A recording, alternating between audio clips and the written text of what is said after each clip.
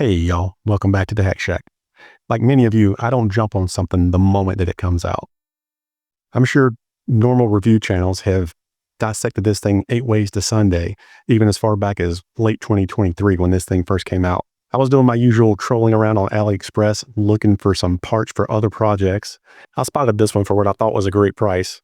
Figured I'd give it a shot and share my experience with you all.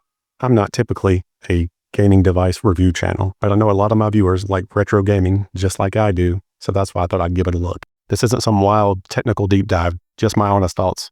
So is this retro emulation handheld still worth it in 2025? Let's find out.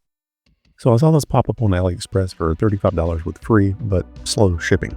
For what it's worth, this is the store I got mine from on AliExpress, so you may have good luck with them as well.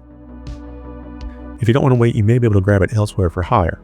But pay close attention to the shipping time though. They may just be drop shipping it and pocketing the difference. Let's see what's in the box.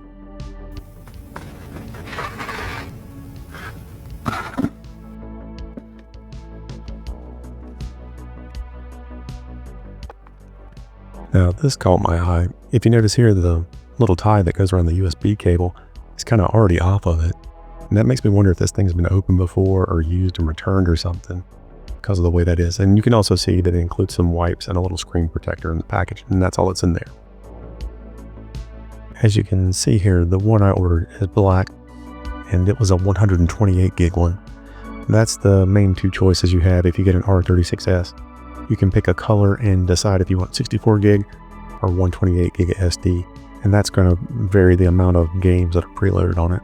And there's also an open SD card slot on the other side of the unit that I'll show you in a little bit, and that's where you can load other stuff.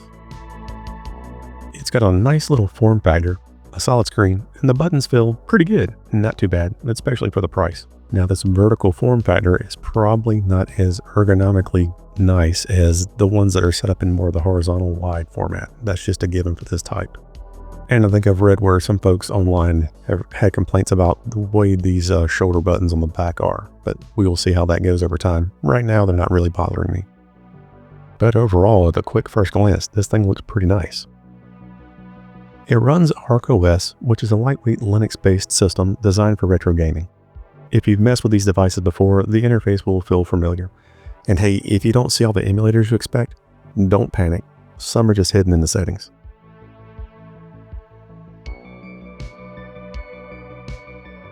All right, let's hit pause and break down the specs before we dive in.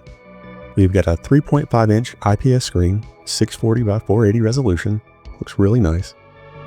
Under the hood, it's got a Rockchip RK3326 processor with 1 gig of RAM. Not a powerhouse, but plenty for classic emulation. Battery is a 3000 milliamp hour, so you're looking at around 5 to 6 hours of claimed game time. I have not put that to the test yet, so I can't vouch for it. It's got Wi-Fi, Bluetooth, and USB charging. And of course, like I said, it runs ArkOS, which means a solid selection of supported systems right out of the box. All right, back to it. Now, what can it actually play? Let's see what we can do here. Many of the arcade classics work just fine. Of course, now you can see here, I'm showing you Galaga, and you can see I haven't messed with any settings, but it's kind of sideways there, but it still looks great. I'm sure if I dig around in the settings, hopefully I can find a way to flip that around. If you happen to know how to do that, please feel free to let me know. Of course, other things work just fine. A little bit newer arcade games. All the NES, SNES, Genesis, most of all that stuff works fine.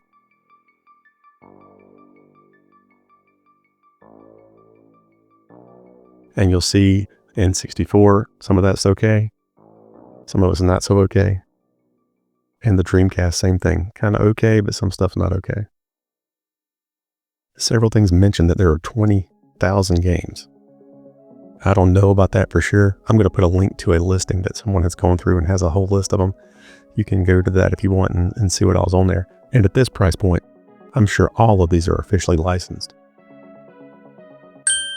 Look, for most 8-bit and 16-bit stuff, it's solid. PS1 runs okay, but N64 and Dreamcast, some stuff's kind of hit or miss. I also noticed that some listings say this has HDMI out, but I don't see an HDMI port. Maybe it works through an OTG port with an adapter. If you happen to know about that, let me know and drop it in the comments. Look, this isn't a full deep dive review. This thing's been out for a while, and there are tons of in-depth reviews out there. This is definitely a fun little device for a very low price. If you want to check it out, links are below. I also found a great R36S subreddit that I plan to check out more. There's a decent community of folks there that have lots of tips and tricks. And if you know of any cool tricks for this thing, let me know in the comments. I don't think you can go wrong with the bang for the buck you get with this little thing. Maybe you should give it a shot. I'm looking forward to playing with this thing a bit more.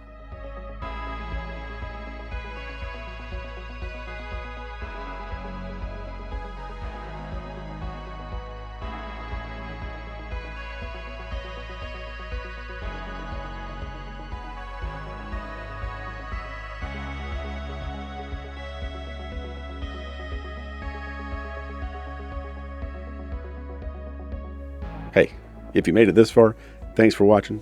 Hope to see you again next time. Take care. Bye-bye.